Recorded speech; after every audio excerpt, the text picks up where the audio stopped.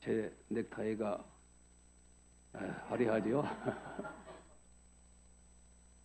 예배당에 들어왔더니 박원주 권사님 또 최미선 권사님이 목사님 넥타이 멋있다고 그러네요.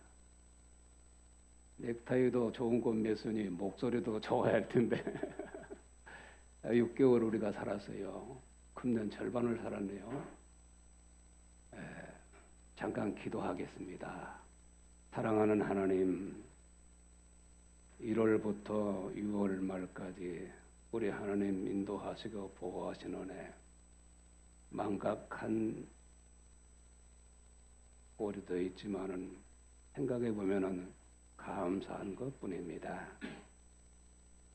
오늘 우리가 6개월 살면서 잃어버린 것이 무엇이며 또 한 해를 나누며 살아갈 때에 찾아야 할 것이 무엇인지를 생각하면서 더욱 하나님을 기쁘게 하는 우리 번성교회 성도들의 삶이 되도록 하나님 인도하여 주옵소서.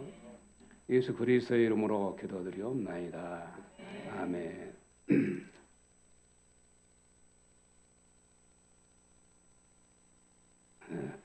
세월은 유수와 같다더니 정말로 빠릅니다. 다음 주일은 맥주 감사를 있잖아요. 사실은 욥의 고난을 대체해서 우리가 큰 감사절을 맞이하고 있으면서 어떻게 우리가 감사할 것인가, 그런 말씀을 한번 나눠보려고 생각합니다. 인디안들은 말을 타고 가다가 잠깐 멈춰서 뒤를 돌아보는 그런 습관이 있다고 그래요. 물론 말이 지쳐서도 아니고 말 타기가 싫어서도 아닙니다. 내가 너무 빨리 말을 몰아오는 동안에 내 영혼이 미처 따라오지 못하고 있지는 않는가, 그래서 돌아본다고 합니다. 우리도 6개월 동안 살면서 참으로 다사다난이라고 그러죠. 참 많은 사건들이 있었고 일들이 있었습니다. 그게 오직 우리가 정신 팔면서 참으로 잃어버린 것은 없는가, 그걸 한번 돌이켜보기 위해서 우리도 좀 뒤를 돌아볼 필요가 있다, 그런 생각을 해서 말씀을 드립니다. 물론 우리가 영원히 따라오지 못할까 해서 뒤를 돌아보고 생각하는 것이 아니라 너무 바쁘게 살아오면서 감사를 잃고 살아왔지 않는가. 여러 가지 소중한 것들 중에서 가만히 생각해 보면은 감사라는 말이 그렇게 큰 힘이 될 수가 없어요.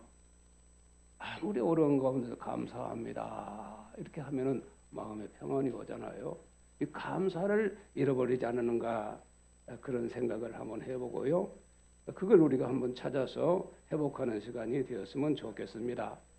인간은 불평하는 것만큼 불행해지고 감사하는 것만큼 행복해진다라고 하는 말이 있습니다. 그런데 신앙과 감사를 잊은 채 무작정 바쁘게 우리가 뛰어다니고 그렇게 살아왔는지 아닌지를 한번 돌아보자 하는 것입니다. 그간 우리는 4년여간의 코로나 팬데믹을 겪었고 뜬금없는 12.3 비상 계엄 선포와 윤 대통령 탄핵, 그리고 22대 대통령 선거라는 이런 강을 건너면서 모두가 경제적, 정신적 불황의 고통을 감내하고 또 호소하고 있습니다. 지금 우리 사회는 물질의 불황보다도 정신적 불황이 훨씬 더 큰 것 같습니다. 원망과 불평, 이기심은 우리의 삶과 사회를 망가지게 하는 심각한 질병과도 같은 것입니다. 이러한 사회적 질병을 치료하는 치료법이 무엇일까 생각하면 간단한 게입니다. 큰 노력을 하거나 힘을 쓰거나 그러지 않아도 되는 것, 내 마음에 감사를 끌어내서 감사합니다 라고 하는 것입니다. 왜냐하면 감사는 고난을 이기게 하는 힘이 있습니다. 그래서 바울 사도는 범사에 감사하시오, 그렇게 우리에게 권면한 것입니다. 감사는 우리의 믿음을 북돋아줍니다. 미래를 소망스럽게 이끌어줍니다. 현재를 긍정적으로 살도록 힘을 주는 것입니다. 본문을 보면 욥은 고난 중에서도 감사하며 미래에 순금처럼 나올 것을 믿고, 즉 고난 후에 하나님이 복되게 하시리라는 믿음을 갖고 감사드리고 있습니다. 세상의 사람으로서 어떻게 이런 지경에 감사할 수 있을까? 저는 이 설교를 준비하면서도 참 많이 생각하면서 감탄을 했습니다. 욥은 최악의 환난 중에서도 하나님께 감사를 드렸습니다. 오늘 본문 15절을 보면은 스바인들이 침략해서 밭을 가는 소와 풀을 뜯는 나귀를 다 잡아가고 종들을 다 죽였다고 그랬습니다. 거기에 살아남은 한 종이 와서 욥에게 이런 것을 보고하는 것입니다. 16절을 보면은 하나님의 불이 하늘에서 내려와서 양떼와 종들을 다 태워버렸습니다. 이 보고를 끝나기도 전에 17절을 보면 갈대아인 세 무리가 갑자기 낙타에게 달려들어서 빼앗고 종들을 죽였다고 했습니다. 더 기가 막힌 보고는 18절 19절에서 욥의 자녀들이 맏아들 집에서 음식을 먹을 때에 강한 태풍이 불어와서 집을 무너뜨렸다. 그래서 그 10자녀가 다 죽었다 하는 이런 비보를 받게 되었습니다. 청천벽력 같은 비보를 들은 욥은 어떤 처신을 했습니까? 아니, 저와 여러분이나 그러면 어떤 마음을 갖겠고 어떤 행동을 하겠습니까? 20절 보면은 욥이 일어나서 겉옷을 찢었다고 그랬습니다. 머리를 밀었다고 했습니다. 그리고 땅에 엎드려서 예배를 드렸다고 성경은 말씀하고 있습니다. 21절에 이르되 내가 모태에서 알몸으로 나왔은즉 또한 알몸이 그리로 돌아올지라. 주신이도 여호와시요 거두신이도 여호와시니 여호와의 이름에 찬송을 받을지니라 라고 했습니다. 22절 말씀 보면은 이 모든 일에 욥이 범죄하지 아니하고 하나님을 향하여 원망하지 아니하니라 그랬습니다. 이 욥의 고백을 놓고 제 모습을 돌이켜볼 때 너무나도 부끄러운 것이었습니다. 사랑하는 여러분, 우리 모두 개인과 가정에서 감사를 회복하고 삶을 변화시켜 나가야 하겠습니다. 누구를 위해서가 아니라 바로 나 자신을 위해서, 좀 넓게는 내 가정 행복을 위해서 그렇게 해야만 되겠습니다. 이 땅을 거치게 하는 감사의 씨앗을 뿌리고 거두는 또 다음 주 맥주 감사절을 맞이하기 위해서 우리가 그 전에 감사한 마음을 좀 일으켰으면 좋겠다는 것입니다. 이스라엘에는 3대 명절이 있는데 이건 모두가 감사와 연결되어 있는 명절입니다. 6월절은 하나님께서 모세를 통해서 애굽에 종살이 하는 백성들에게 10재앙을 내렸죠. 마지막 재앙이 맏아들을 짐승도 모두가 마귀를 죽이는 그런 재앙이었어요. 그런데 모세에게 이스라엘 백성들에게는 양을 잡아서 그 문설주에 발라라. 그러면 죽음의 사자가 그것을 뛰어넘어서 이제 애굽의 사람들을 치겠다 했습니다. 그래서 그 죽음을 뛰어넘었다. 패스오버에서 6월절이라 그렇게 일컫는 것이죠. 이 6월절에는 이렇게 해서 출애굽이 이루어지지 않습니까? 이 백성들이 시나산에 와서 십계명을 받게 됩니다. 그리고 광야 40년 동안 그 생활을 하나님의 인도하신 가운데에서 무난히 가나안에 정착하기까지의 이 모든 삶을 돌아볼 때에 하나님께 감사하며 드리는 절기가 6월절입니다. 이게 보면은 내가 그날 밤에 애굽 땅에 두루 다니며 사람이나 짐승을 막론하고 애굽 땅에 있는 모든 처음 것을 다 치고 애굽의 모든 신을 내가 심판하리라. 나는 여호와라. 내가 애굽 땅을 칠 때에 그 피가 너희가 사는 집에 있어서 너희를 위하여 표적이 될지라. 내가 피를 볼 때에 너희를 넘어가리라. 재앙이 너희에게 내려 멸하지 아니하리라. 너희는 이 날을 기념하여 여호와의 절기를 삼아 영원한 규례로 지킬지어다. 그렇게 명령하셨습니다. 그리고 이 6월절면서부터 50일째 된 7주일 후가 이제 바로 맥주절인데요. 그래서 77절이라고 합니다. 이 맥추절에는 이때 이 시기가 보리 타작을 시작할 때입니다. 신약에서는 이 절기 중에 마가의 다락방에서 한 120명의 성도들이 모여서 기도할 때에 성령이 임했죠. 그래서 이 절기를 성령 강림주일이라고 그렇게 일컫기도 하는 것입니다. 그 다음 마지막 하나는 수장절인데 우리가 듣기는 추수감사절이죠. 모든 곡식을 거두어서 곳간에 저장하면서 감사드리는 그런 절기가 수장절입니다. 여기서 우리는 맥추감사절을 좀 더 살펴볼 필요가 있는데요. 맥추감사절은 곰곰이 들여다보면은 우리 기독교의 3대 교리인 믿음, 소망, 사랑이 고스란히 담겨 있습니다. 첫째는 성회를 선포해서 하나님께 예배함으로 하나님 사랑을 실천하는 명절이고요. 또 가난한 자를 위해서 곡식을 거둘 때 그 모퉁이를 그냥 두라고 그랬습니다. 꼭 단을 떨어뜨리면 그걸 주우러 가지 말라고 그랬어요. 왜 그럴까요?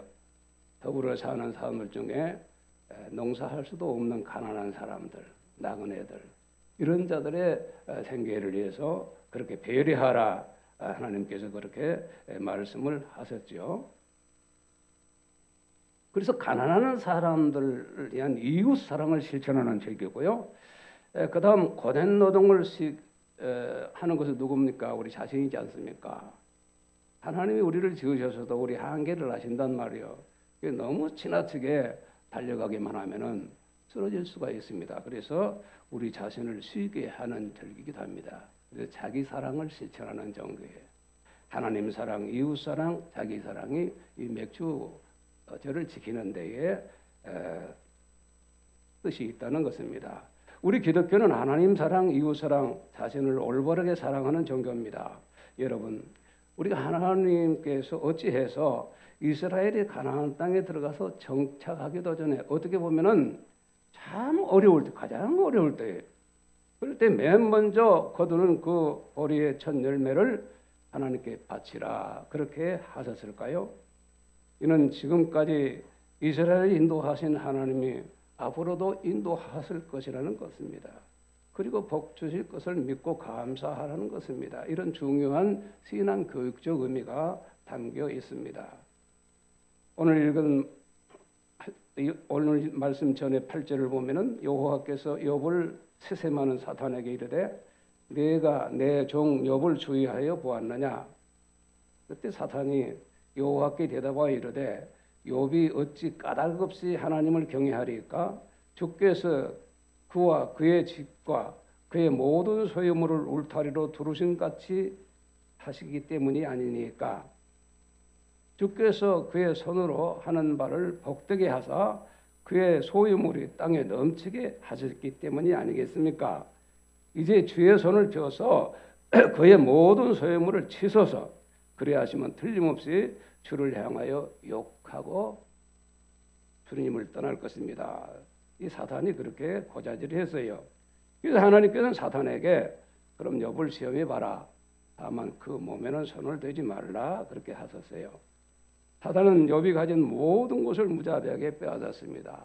아까 우리가 15절부터 계속 읽어왔던 모든 것이 지금 사탄의 이런 수작에서 일어난 것입니다. 심지어는 하나님의 명령을 어기고 욥의 몸에 악창까지 던지게 했다는 것이죠. 욥에게는 도무지 이해할 수 없는 고난이 연속적으로 닥쳐왔습니다. 그러나 욥은 끝까지 원망하지 않고 불명하지 않고 믿음을 지키면서 그 역경 중에서도 감사드리며 예배를 드렸습니다. 욥의 이 딱한 소식을 듣고 찾아온 친구들이 그 원인은 죄 때문이다. 네 입으로는 아무리 어렵다 하지만은 너는 하나님 앞에 무슨 죄를 지었기 때문에 지금 벌을 받고 있는 것이다. 회개하라. 위로가 아니라 이러한 으름장을 놓는 그런 친구들의 이야기나 또 사랑하는 아내마저 이쯤 되었으면 당신 하나님을 저주하고 죽으시오. 이렇게 했단 말이에요.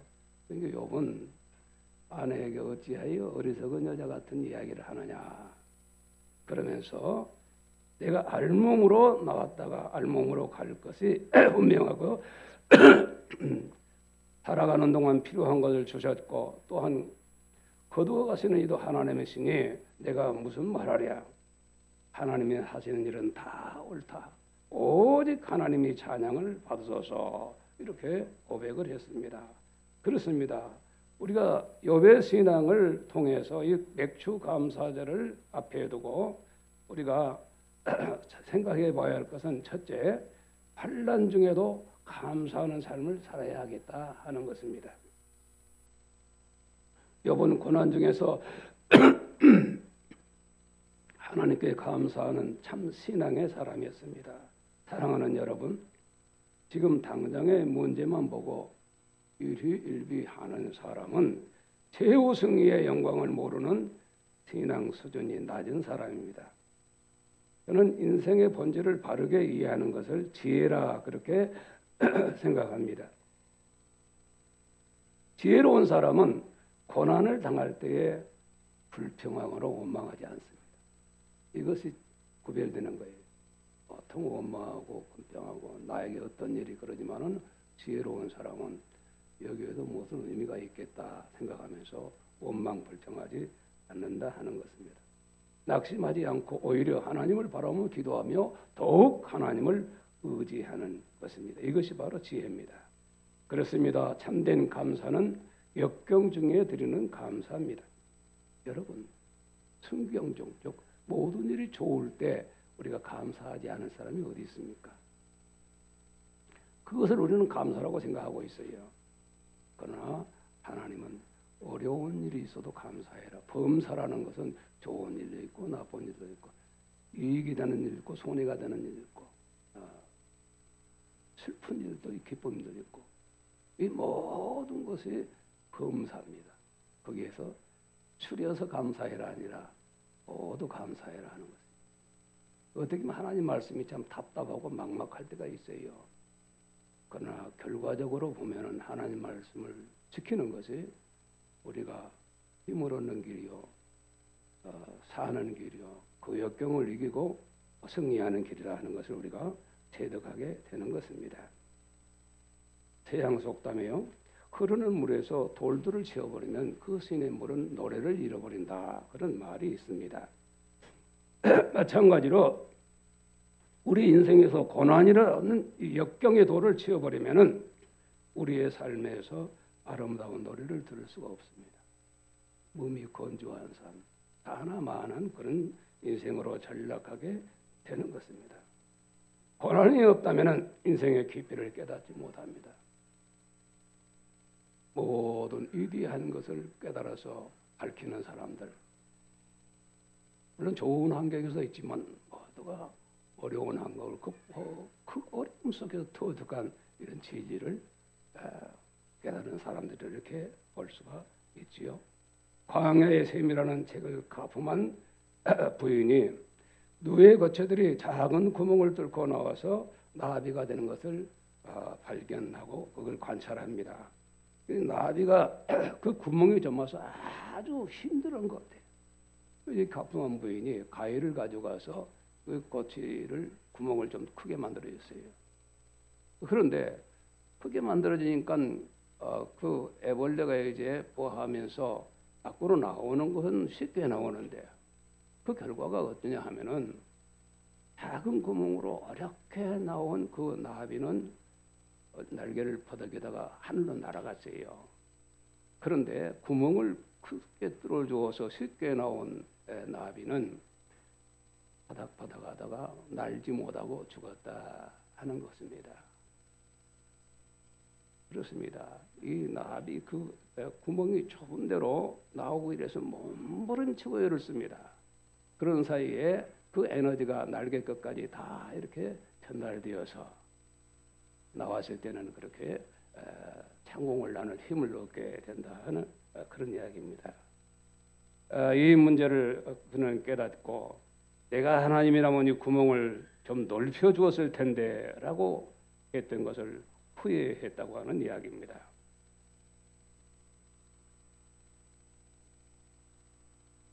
신라관을 쓴 존 밀턴이라는 사람은 장애를 입은 것이 불행이 아니라 장애를 극복하지 못한 것이 불행이라 했습니다. 우리는 사지가 불편하고 정신적으로도 어려움이 있는 사람들이, 저게 인간인가 싶은 사람들이 등한 사람을보다 더 위대한 삶을 사는 모습을 볼 수가 있어요. 그런 분들을 보면서 건강한 모든 것 같은 우리가 때로는 부끄러움을 느끼고 또는 존경심을 발휘하면서 많은 깨달음을 갖게 되는 것이지요. 고난은 돌 같은 나를 순금으로 만드는 하나님의 작업이라고 우리가 생각할 때에 은혜가 될 줄로 믿습니다. 다윗은 내게 고난당하는 것이 유익이라고 그랬어요. 이런 고난을 겪다 보니까 거기 하나님의 인도하심과 하나님의 마음과 하나님의 사랑하심을 깨달을 수 있었기 때문입니다. 사랑하는 여러분, 고난은 불행의 원인이 아닙니다. 고난을 극복하지 못하는 것이 불행입니다. 고난이 새로운 세계로 가는 통로라는 것을 알 때에 인생은 더욱 행복해지고 존귀해지는 것입니다. 욥은 고난 속에서도 감사하는 사람이었습니다. 어려워도 감사하면 어떤 고난도 능히 극복할 수가 있다는 것을 증명한 사람입니다. 물질의 불황이 우리를 힘들게 하는 것이 아니라 감사를 잃어버린 영적 불황이 우리를 고통스럽게 만드는 것입니다. 앞으로도 고난은 언제든지 파도처럼 밀려올 것입니다. 그러지 않기를 바라지만은 그럴 수 있다는 것이죠. 성도는 믿음과 지혜로서 고난을 이기는 훈련을 쉬지 않고 해야 할 이유가 여기 있습니다. 그것은 바로 감사를 일깨우는 것입니다. 이 고난을 이기는 것은 감사인데 모든 일에 감사가 스며들게 되면은 어떤 고난과 역경도 치료되는 특효약처럼 효력을 발휘하더라 하는 것입니다. 10년 전에도 30년 전에도 100년 전에도 어려울 때도 믿음의 선진들은 감사의 마음을 잃지 않았습니다. 그 결과 오늘이 있는 것입니다. 그렇습니다. 감사만이 고난을 이기는 지름길이며 불평을 치료하는 이 시대의 가장 시급한 처방책이라고 생각합니다. 사랑하는 번성가정 여러분, 잃어버린 감사를 다시 한번 되찾도록 이 시간 생각해 보시기를 바랍니다. 욥은 모든 것을 잃어버린 삶에서도 더욱 분명한 신앙 고백과 함께 하나님께 감사 찬송을 드렸던 것입니다. 금년에도 우리로 하여금 맥주 감사절 지키게 하실 우리 하나님께 감사드리고 이 절기를 통해서 범사에 감사, 소득을 주었기 때문에 공급이 올라갔기 때문에 이것에서 감사하는 것이 아니라 어려운 일, 모든 일이 있었음에도 불구하고 더 감사하는 이런 맥주절기를 우리가 맞이해보자 하는 것입니다.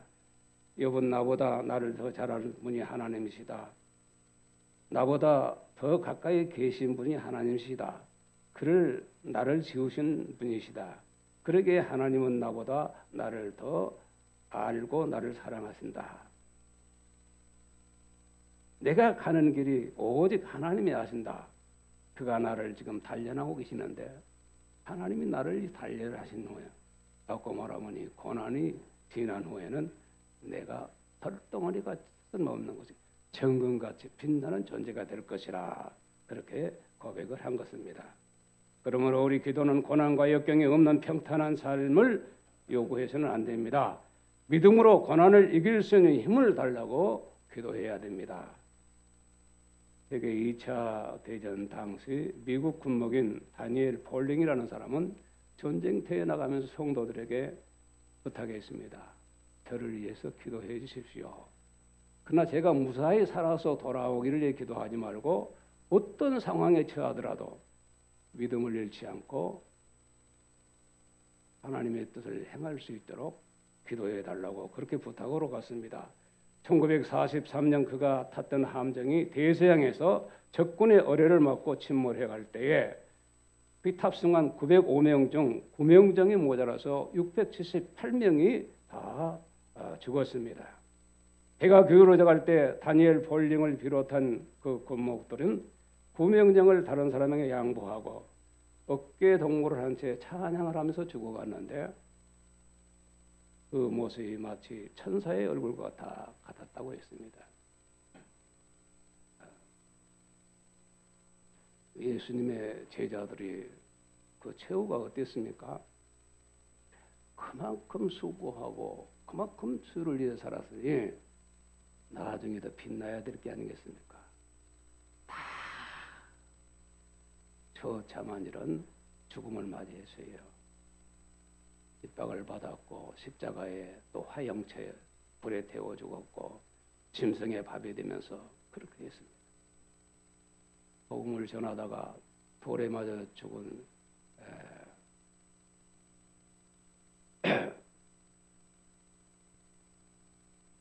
그런 가운데서도 저들을 용서해 주옵소서.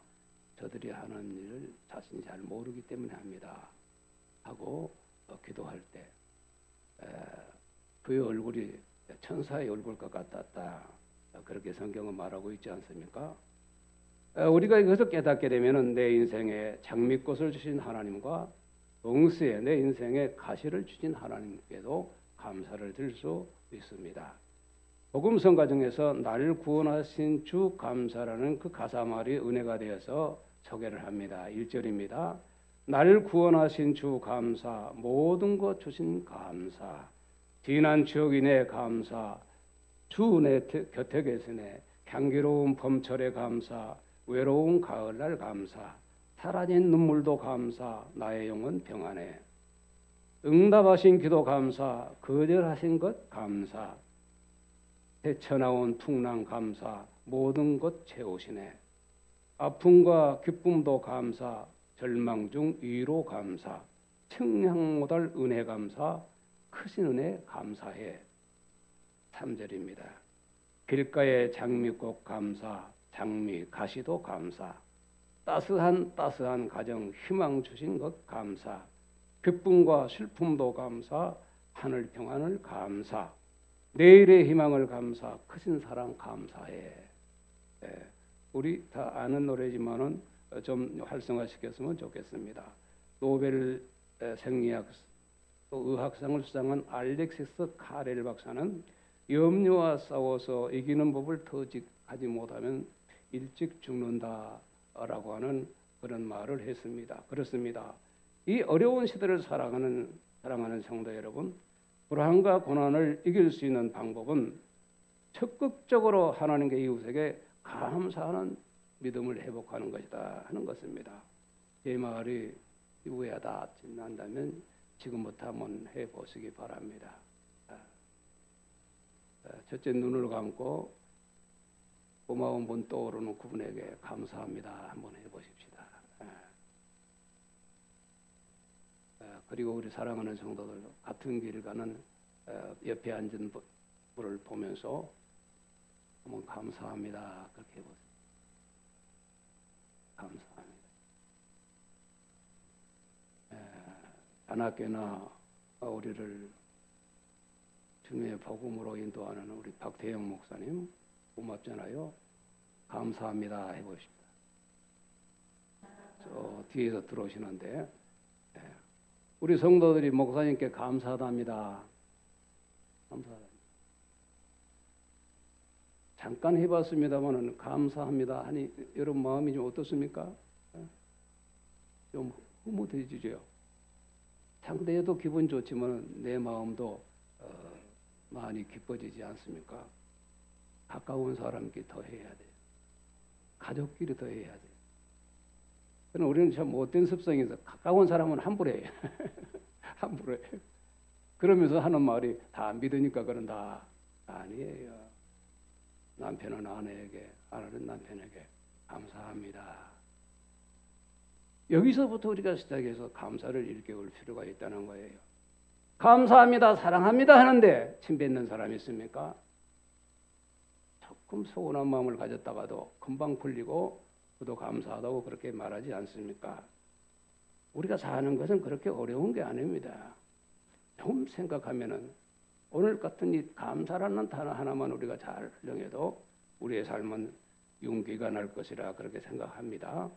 여비 역경 중에서도 감사하는 것은 미래를 바라보는 믿음이 있기 때문이며 그는 처음보다 갑절의 복을 받았으며 영원한 승리자가 되었습니다. 오늘 읽은 22절에서 이 모든 일에 욥이 범죄하지 아니하고 하나님을 향하여 원망하지 아니하니라 그랬고요.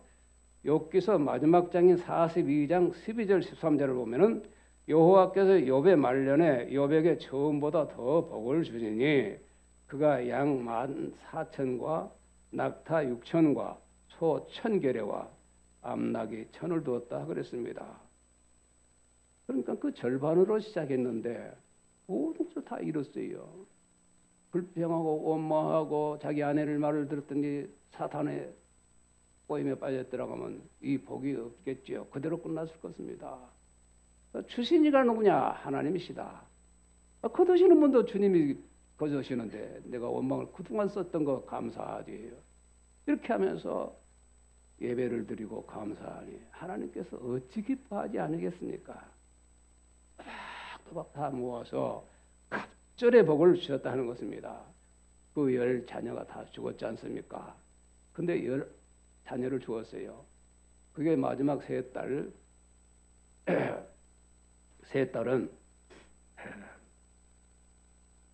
성경에 그 후를 이야기하기를 세상에서 가장 아리따웠다. 그렇게 표현을 하고 있습니다. 사랑하는 성도 여러분, 범사에 감사하라는 말을 곱씹어 생각해 보시기 바랍니다. 성경의 많은 인물들이 고난 중에도 하나님께 감사하며 찬양을 드렸습니다. 바울과 실라 늘 하는 말씀입니다마는 착고에 발이 묶인 채 빌보 감옥에 갇혀 있었죠. 밤중쯤 되어서 깊이 생각해 보니 우리가 도적질하고 살인해서 지금 여기 감옥에 들은 게 아니라 무엇을 하다 왔죠? 복음을 전하다가 붙잡혀서 지금 고난을 당하고 있단 말이요. 이거 생각하니까 주님은 십자가를 지시고 우리를 구원하셨는데 비로소 우리가 당하는 고난이 주님의 십자가에 근접한 것 같아서 견딜 수가 없는 거예요. 기쁨이 솟구쳐서. 그래서 야 신라에 우리 찬송하자. 막 찬송을 부르는 게 아니겠습니까? 감옥문이 열렸습니다. 그 지키던 간수장이 죄수가 다 도망간 줄 알고 칼로 자결하려고 그랬어요. 멈춰라. 우리가 다 여기 있느니라. 감동된 간수장이 이들을 집으로 초청해서 극진히 대접했고 바울과 실라를 통해서 그 집이 구원받고 교회로 이렇게 세워지는 큰 역사가 나타나는 것 잘 아는 이야기 아닙니까? 구약의 인물 다윗도 요셉도 말할 수 없이 고난을 당했었습니다. 그 고난을 통해서 하나님은 그들을 대단한 인물로 나라를 구원하는 국공신으로 이렇게 세웠던 거 우리가 알지 않습니까? 다니엘도 자신을 죽이려고 벌 만들어서 신앙 회개를 일체 못하게 했으나 그것을 알고도 예루살렘으로 향한 창문을 열고 전에 하던 대로 하루 3번씩 무릎을 꿇고 기도하며 그의 하나님께 감사드렸다고 성경은 말씀하고 있습니다. 사랑하는 반성 가정 여러분, 저는 여러분의 삶이 순탄하기를 기도합니다. 정말로 그렇습니다. 하나님 본성 가족들 어려운 시절 많이 겪었으니 좀 잘되는 복도 허락해 주옵소서. 그렇게 기도하는 건 사실입니다. 그러나 우리에게도 원치 않은 고난이 닥쳐올 때가 있어요. 체험한 성도들이 있습니다. 그러나 이것을 극복해서 욥과 같은 그런 복을 누릴 수 있는 우리 성도들 되게 해 주옵소서. 그렇게 기도하기도 합니다. 사랑하는 성도 여러분이 고난은 하나님께서 쓸모없는 돌멩이 같은 나를 정금같이 귀하게 만들기 위한 작업으로 여러분들이 생각해 보시기 바랍니다. 아이쿠 내가 죽게 되었구나 그렇게 생각하지 마시고 옳다구나 하나님께서 이 무기한 나 쓸모없는 나 지금 신앙에 자꾸자꾸 내려가는 나를 다시 일으켜서 쓸 수 있도록 만들기 위해서 나를 지금 연단하고 계시는구나. 맞는 말이에요. 틀린 말이에요. 맞는 말이에요. 그렇게 하시면서 여러분이 고난을 이길 수만 있다 하면은 정금같이 나오는 빛난 삶, 이전에 누리지 못했던 참으로 은혜로 감격스러운 삶을 살게 될 줄로 믿습니다.